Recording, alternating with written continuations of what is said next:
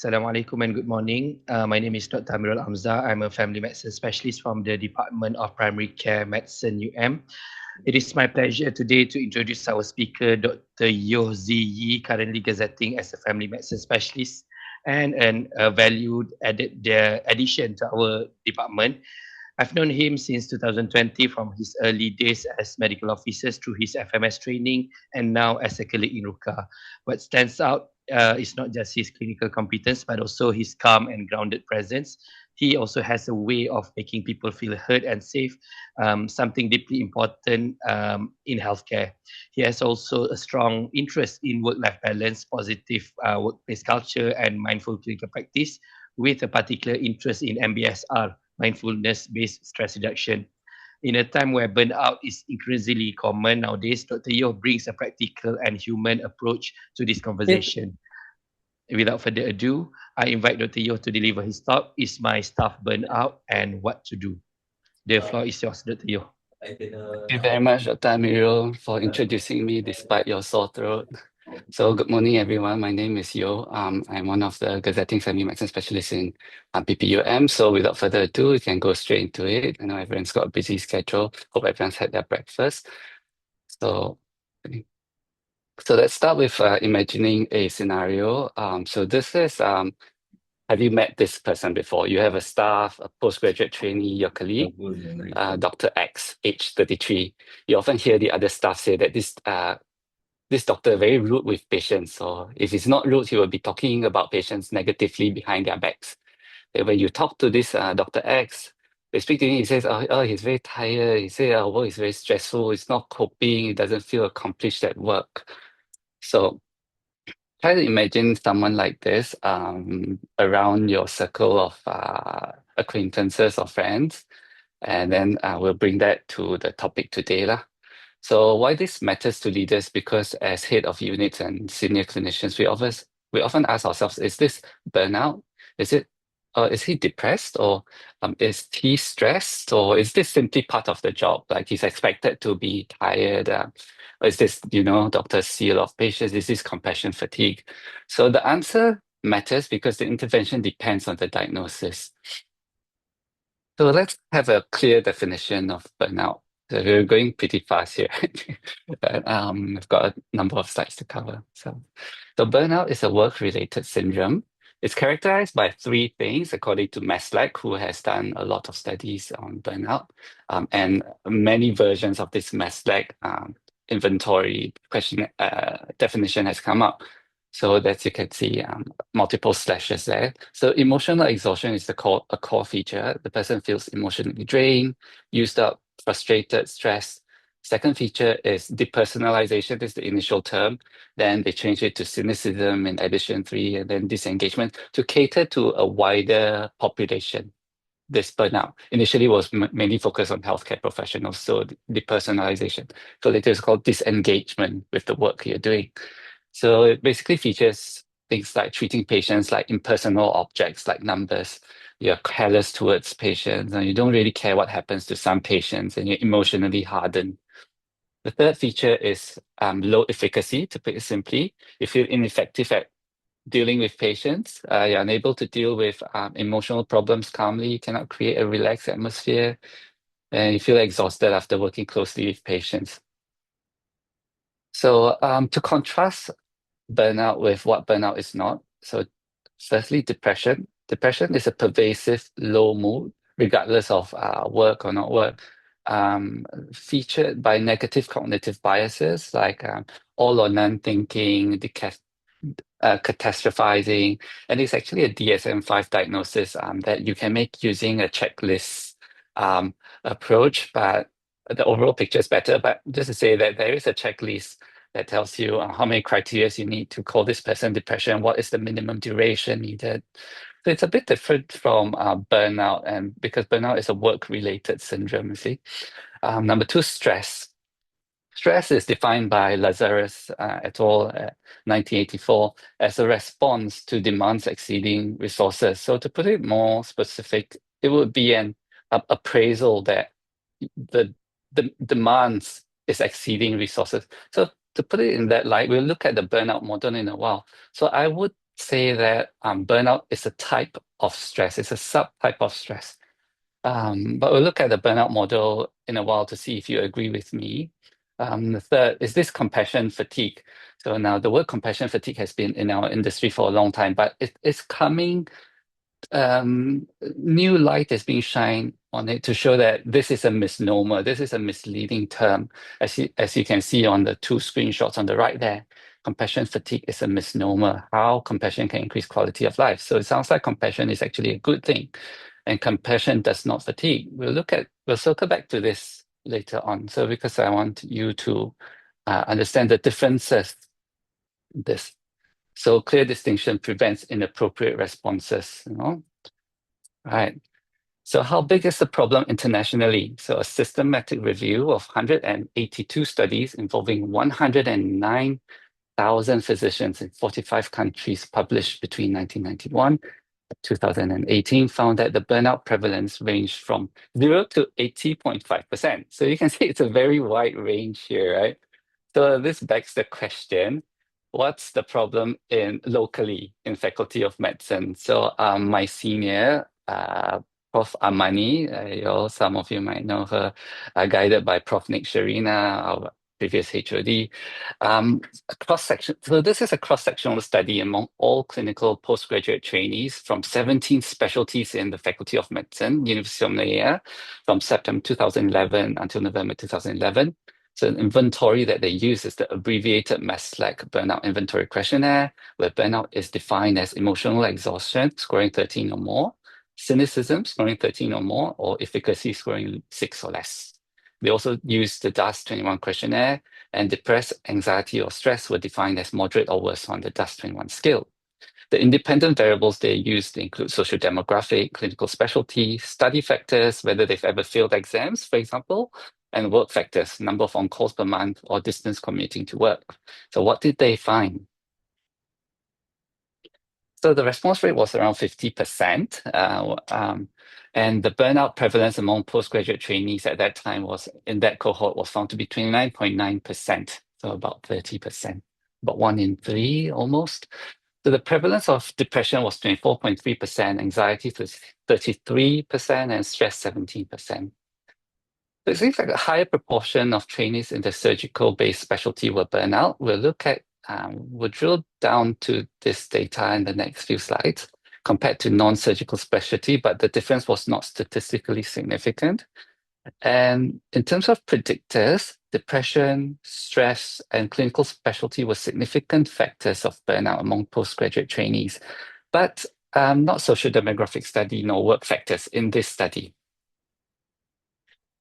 Just going to see, the x-axis here is just the horizontal axis is just the specialty, the different specialties sampled, and the y-axis is the percentage that is burnout. So the highest in this cohort was the pediatric surgery, followed by oncology and pediatric, and the lowest include ENT, radiology, and pathology. Okay.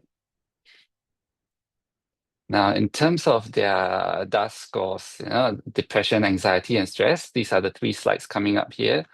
So these, the authors only reported selectively on this, so I don't have the full range of data. So oncology, orthopedic, and surgery seem to have quite more severe to extremely severe depression in that cohort.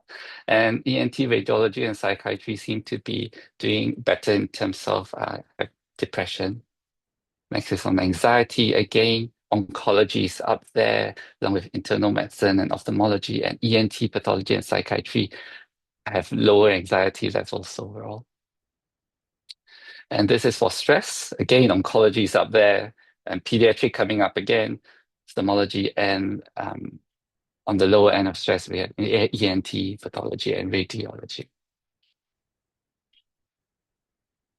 So having looked at our local data, I know it's a bit outdated. I tried to dig around, but that's the most pertinent one that I can find. So does burnout affect care? So this is a meta-analysis of 47 studies on 42,000 physicians, and the result found that physician burnout is associated with a twofold increase in odds for unsafe care, unprofessional behaviors, and low patient satisfaction. So this is not just a staff well-being issue, it's a patient safety issue. That's why I'd like to draw the attention of PPUM's management to this by bringing this up today. Um, just to put it out there first, I also, I'll come back, circle back to this in a while. Okay. The common responses that we see, so what do we do about it when staff is burnout struggle? We often say we advise them to take some rest, um, but we remind them to take care of yourself, or we say, yeah, just hang in there. Being resilient is important, so you can finish your postgraduate training. But is this effective? You see, is this effective? Is taking some rest enough? So let's look at some burnout models. So the burnout model has evolved. As you can see, it's 1979 and 1988, and there's one 2001. So we look at some of them. So burnout arises, this is the overall from the latest, the job demand resource model, that burnout arises from an imbalance between job demands and job resources. So now you can see the similarity between burnout and stress, where stress is a response that comes from when you appraise the demands more than the resource. So it seems like a repetition here. So I figured that burnout is a particular type of stress, a work-related one, and it has more criteria than stress. So more importantly, many drivers sit outside the individual. So let's look at the model. This is the older model that I still find quite pertinent to help me understand why people burn out. So let's imagine a postgraduate trainee's job, right? So the x-axis is job demands. It's more specifically, it's the mental demand, the mental workload. So being a doctor is not easy. They're learning new things, need to deal with patients. It's a high job demand, right? So the y-axis, what is decision latitude? It's the degree of control a worker has over how and what work is done. So do they get to select how many patients they see a day? Do they get to arrange their schedule? So a lot of the time it's not so much as a postgraduate trainee. So the decision latitude is low. So that leads to a high strain job, leading to high burnout. So this is the latest model that shows us what I was talking about earlier, the job demand over job resource and leads to burnout. So a postgraduate trainee's job, if you look according to this model, look at job demands, high time pressure, yes. Recipient contact, that means they are directly dealing with the client, the customer service, the person doing the recipient contact. Shift work, job resources, again, low job control. This leads to exhaustion, disengagement, and burnout. So it seems like I'm focusing a lot on the negative side here. So the next slide is on the flip side. This model is useful because it tells us where we can work on. So leaders need to focus on improving the physical environment, providing feedback, rewards, possible participation, job security, and supervisor support. So these are ways that are included in the model to help reduce burnout. So it's helpful to guide us in terms of our management burnout. However, I just want to point out a limitation of this model is that the authors wrote in our study, we focus on external resources because there's no general agreement regarding which internal resources can be considered stable or situation independent and which can be changed by adequate job design. So there's one piece missing here, and it's the internal resource piece. The individual level piece we often miss is the internal part that healthcare worker requires empathy. And empathy involves sharing another person's emotional state.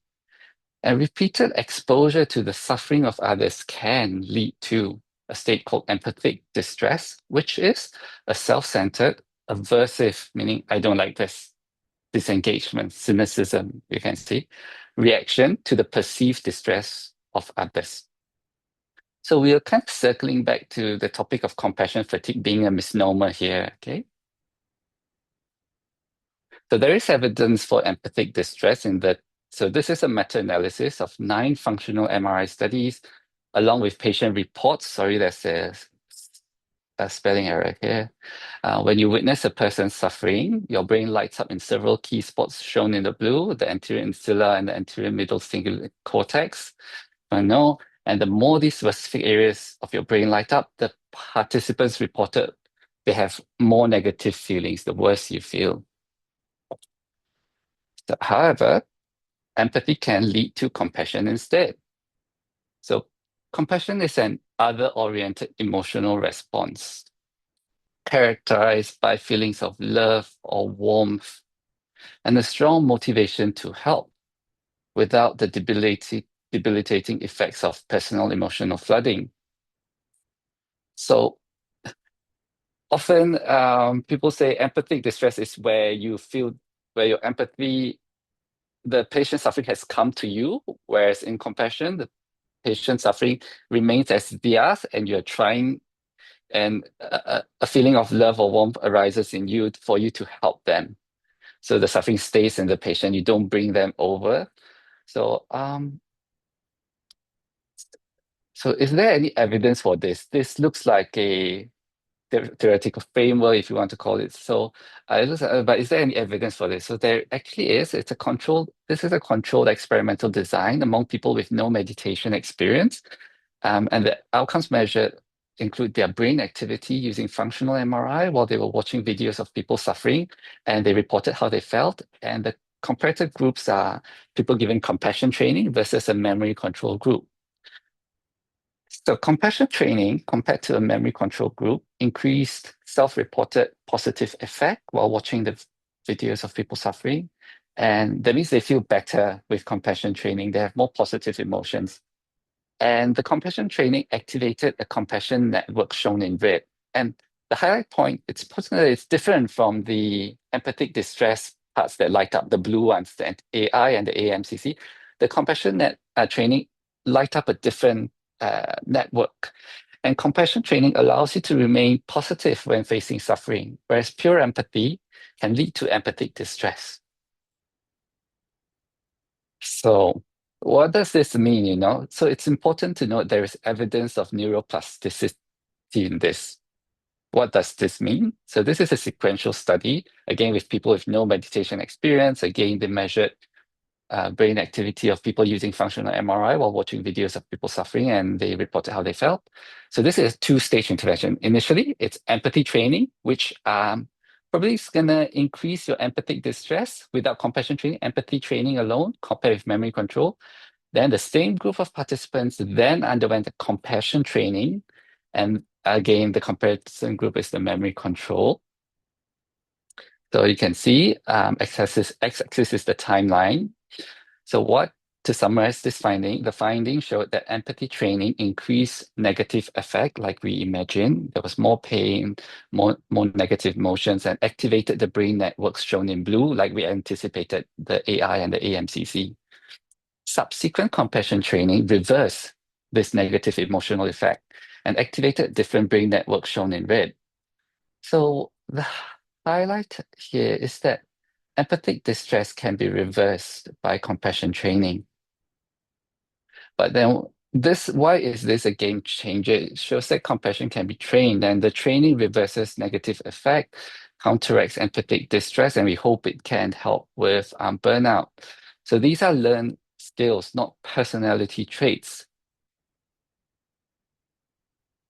Now, as you can see earlier, I was struggling a bit to explain how compassion training was done. It's because it's compassion training ready for implementation. The current evidence shows that there's no single gold standard program, as very limited implementation data. So where does that leave us today? So now let's circle back to burnout. So what actually works for burnout? So this is a meta-analysis of 15 randomized trials, including 716 physicians and 37 cohort studies, including 2,900 physicians. So the results, the findings show the effective interventions for burnout include mindfulness-based interventions, stress management, and small group programs. So these work on the individual level or on the organizational level. The effective interventions for burnout include duty hour regulation and workflow redesign. The point here is that both matters, both can help. So interestingly, this study did a subgroup meta-analysis to compare the interventions that they thought had a lot of interest they had public interest in. So looking at duty hour requirement in that middle column and mindfulness-based programs interested in the rightmost column, you can see the burnout domain reduction. For emotional exhaustion, duty hour requirement reduced it by 2 points, whereas mindfulness-based reduced it by 4.6 points. Depersonalization, disengagement, cynicism reduced by 1.53 point by duty hour requirement, and it seems like just a little bit more, negative 2.01 with mindfulness-based reduction.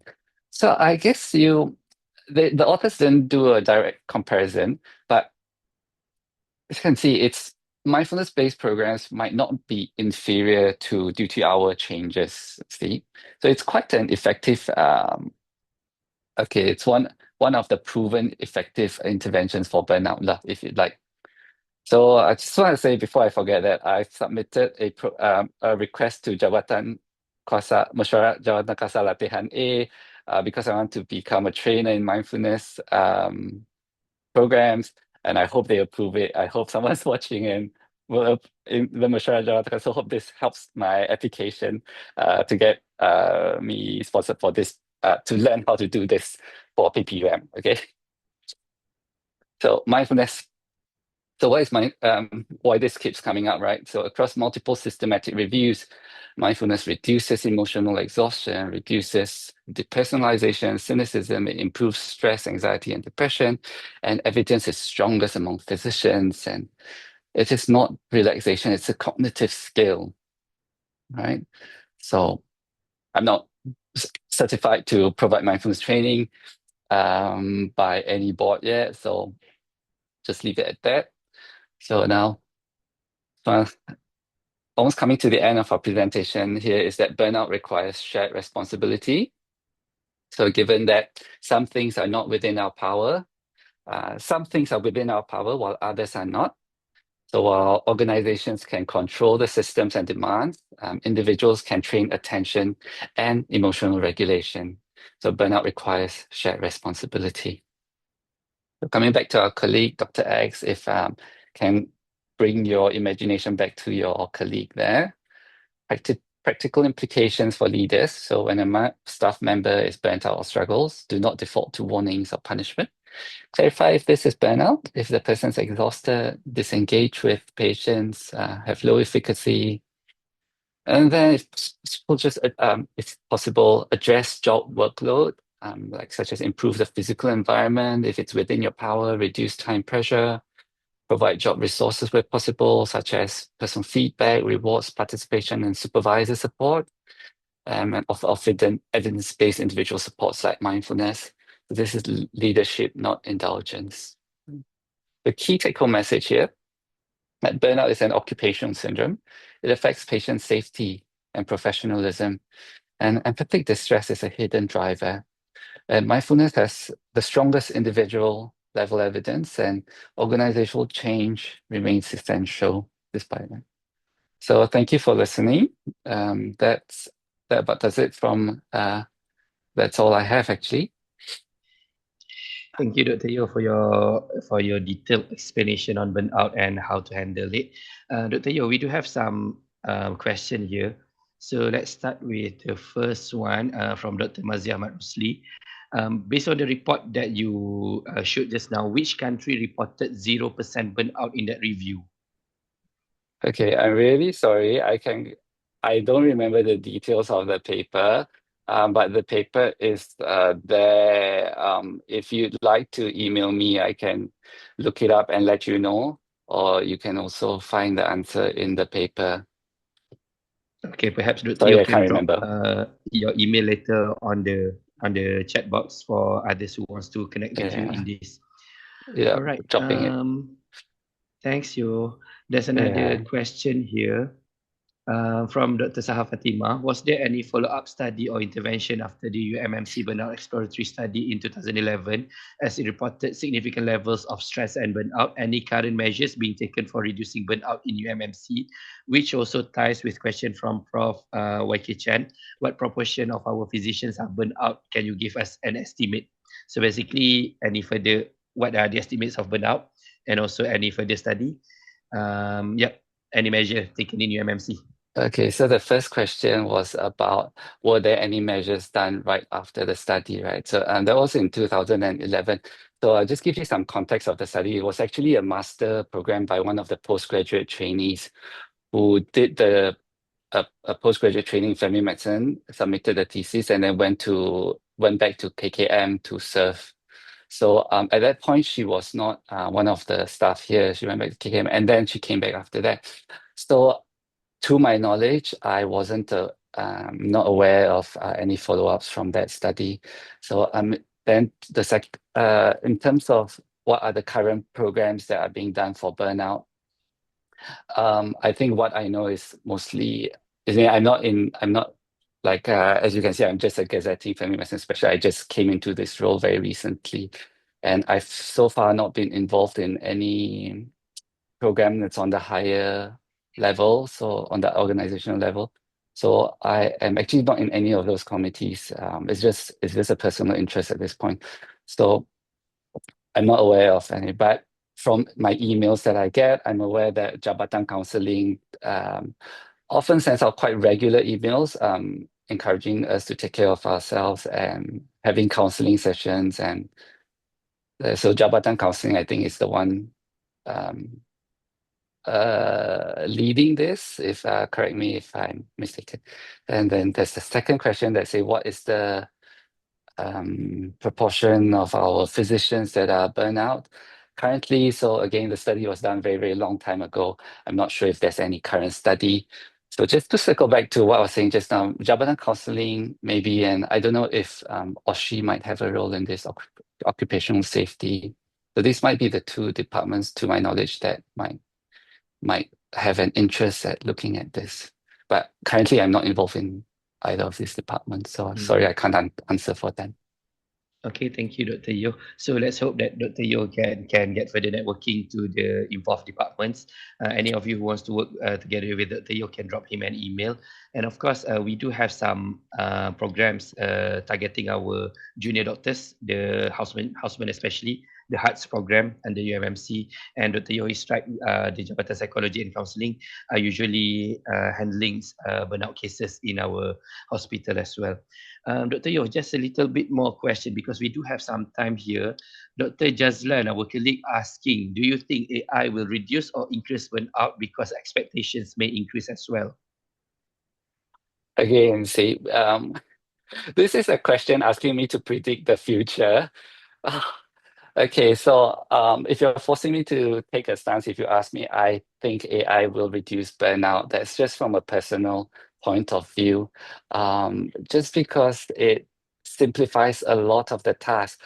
But as you can, if it's a prediction question, right? So if later on more red tape comes in, if you use AI, you need to declare and you get more administrative things that you need to do, then I can imagine then that increases burnout. Yep, But yep. It on the becomes on the flip side, it's there. Those measures are there to provide safety and security. So if you want me to say, I'll say it reduces burnout. But the accurate answer will be we'll have to see. because Thanks, it Dr. can Jasna, act for as your a answer. double-edged sword, right? Like you say, it may reduce tasks, but it may increase some tasks as well. Okay, Dr. Yeoh, so many questions there. Perhaps you can answer later, and I perhaps other see. people can also drop Dr. Yeoh's an email. But I want to focus on perhaps two more questions.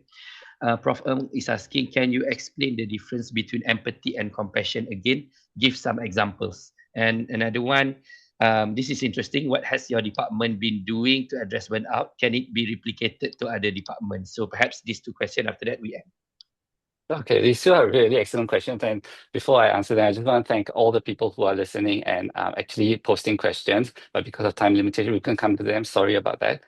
So the first question was from Prof. Ng. Is this our Prof. Ng from our department? I don't think so. Okay, right. So this is it. So the definition has changed, you see. So how you can see that now they're saying compassion fatigue is a misnomer. So the latest definition, to put it simply, empathy is the ability for you to feel what the other, to share that feeling with the other person. So the best way I can explain this is in terms of the mirror neurons, if you're aware. So studies in monkeys have shown that there are things called mirror neurons. So when we see someone eating an ice cream, the part of our brain that lights up when we are eating the ice cream lights up as well. So it's a natural human ability, this empathy. When you see people suffer, the same part of your brain will light up. So that's empathy, in simple terms. So empathic distress is when that causes you distress.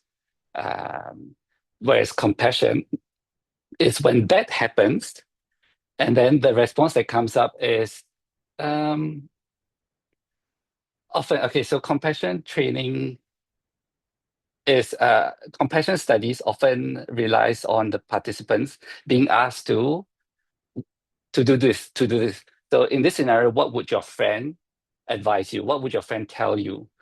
So this is often what they use in compassion as a compassion intervention. What would your friend ask you to do in this scenario? So how compassion is different would be um, rather than feeling really so contrast to empathic distress, where you feel negative emotion and you want to avoid and you want to turn away from this patient and just not interested in helping them anymore. Compassion would be you feel it generates you feel caring for the patient and you want to help them more. Yeah, I think I'll just leave it at there. If it's not clear, you can email me. So I've not done any of those studies myself. I've not conducted any of those studies, but I'm interested in. But I'm really junior. I'm just joined as a specialist. Um, the second question was, what has our department done for this? So so so I just want to put our names, Prof. Saja, Dr. Dalila, um, so has been doing a lot of things to help our postgraduate trainees here in my department, RUCA, to help them cope with burnout or stress by organizing mindfulness sessions.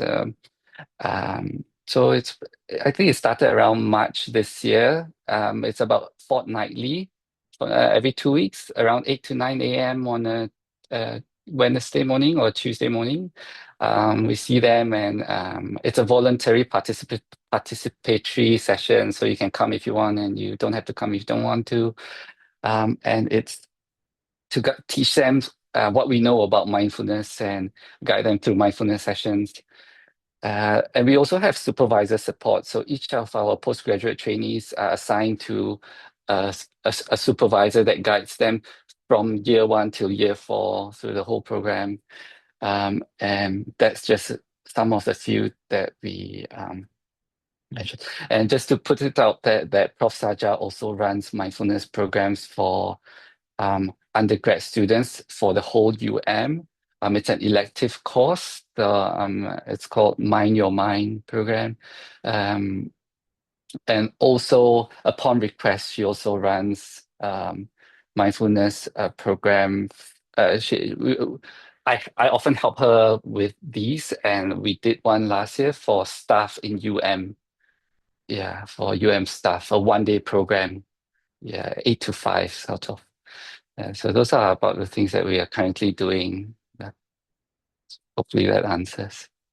Okay, thank you, Dr. Yeoh. So basically, just to recap, we discussed in length about burnout, and we have encountered some words that we need to learn further, which is MBSR, empathy and compassion. My understanding from what I heard from you, Yeoh, is basically empathy is a feeling where we mirror the other person's feeling, but Yeah. compassion is something extra to that. You understand the feeling, but you prevent it from affecting you. Instead, you change it into something positive that can help to reduce and ease the burden of someone. So I think it's an extra layer, and Yeah. probably some training is needed, and MBSR is one of the things we can use. Thank you so much, Dr. Yeoh. I Yeah. pray that one day you will champion this MBSR movement, being a legacy to Prof. Saja in our department and hopefully in the hospital as well. So I guess we are currently at 9 a.m. We can stop the session now. Thank you to Dr. Prof. Najib, Dr. Aizat, Dr. Yeoh, and to the audience who have been listening attentively. See you again next week for another breakfast at UM. Thank you. Have a good day, everyone. Thank you.